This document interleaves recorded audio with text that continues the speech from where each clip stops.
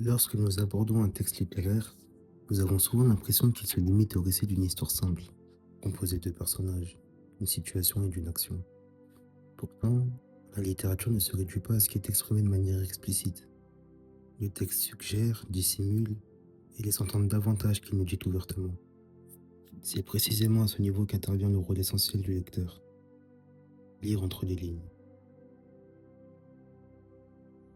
On ne voit bien qu'avec le cœur, l'essentiel est invisible pour les yeux. Certaines œuvres en offrent une illustration frappante. Une phrase peut sembler anodine, presque évidente, et pourtant contenir une vérité qui dépasse ce qu'elle exprime littéralement. Lorsque Saint-Exupéry écrit « On ne voit bien qu'avec le cœur, l'essentiel est invisible pour les yeux », le verbe voir n'est pas employé ici dans son sens littéral. Il ne s'agit pas de perception visuelle, mais de compréhension. Les yeux représentent la vision immédiate, superficielle, fondée sur l'apparence des choses. Le cœur, quant à lui, symbolise la sensibilité, l'attachement et l'engagement affectif.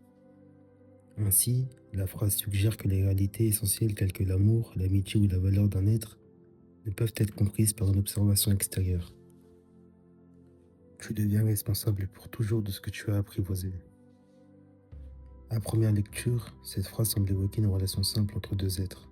Cependant, le verbe apprivoiser ne renvoie pas ici à l'action de domestiquer un animal. Il désigne la création d'un lien affectif, volontaire et durable. La notion de responsabilité ne concerne donc pas un devoir matériel, mais une obligation morale et émotionnelle. Le texte n'explicite jamais ce que cette responsabilité implique concrètement. Il appartient au lecteur de comprendre que s'attacher à quelqu'un signifie accepter de prendre soin de lui, de se soucier de son bien-être, et d'assumer les conséquences de ce lien, y compris la souffrance liée à la séparation. Cette citation montre ainsi que la relation à l'autre ne se réduit pas à un moment partagé, mais engage profondément celui qui s'y attache. Les grandes personnes aiment les chiffres. Cette affirmation semble anodine, voire humoristique. Pourtant, elle constitue une critique implicite du monde adulte. Les chiffres ne renvoient pas uniquement au nombre, mais symbolisent une manière de penser fondée sur la mesure, la rentabilité. À travers cette phrase, Saint-Exupéry ne reproche pas aux adultes d'aimer les mathématiques, mais de réduire la valeur des choses à ce qui peut être compté ou prouvé. Les sentiments, l'imagination et la poésie, qui échappent aux chiffres, sont alors relégués au second plan. Le texte ne formule jamais cette critique de manière directe, elle se construit dans le non-dit, par l'opposition implicite entre le regard enfantin et la logique adulte. Les grandes personnes ne comprennent jamais rien toutes seules. Cette phrase ne se limite pas à critiquer la capacité des adultes à comprendre. Elle suggère que la compréhension véritable exige un effort, une attention.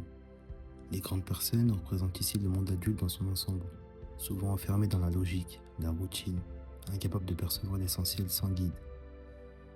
Le texte ne précise jamais ce que les adultes ne comprennent pas, ni pourquoi cette incompréhension persiste.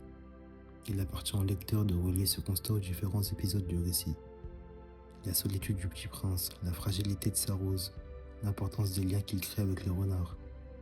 Ainsi, la phrase laisse entendre que la perception des choses essentielles comme l'amour, l'amitié, la beauté, la valeur de l'autre, dépasse les apparences et la simple raison, et qu'elle ne peut s'atteindre sans sensibilité et ouverture.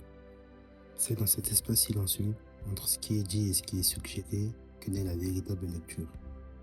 Le texte ne délivre pas un message explicite, il propose un chemin.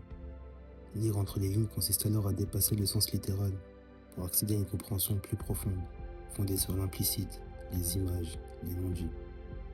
Ainsi, à travers une phrase simple en apparence, la littérature rappelle que le sens ne se limite jamais aux mots.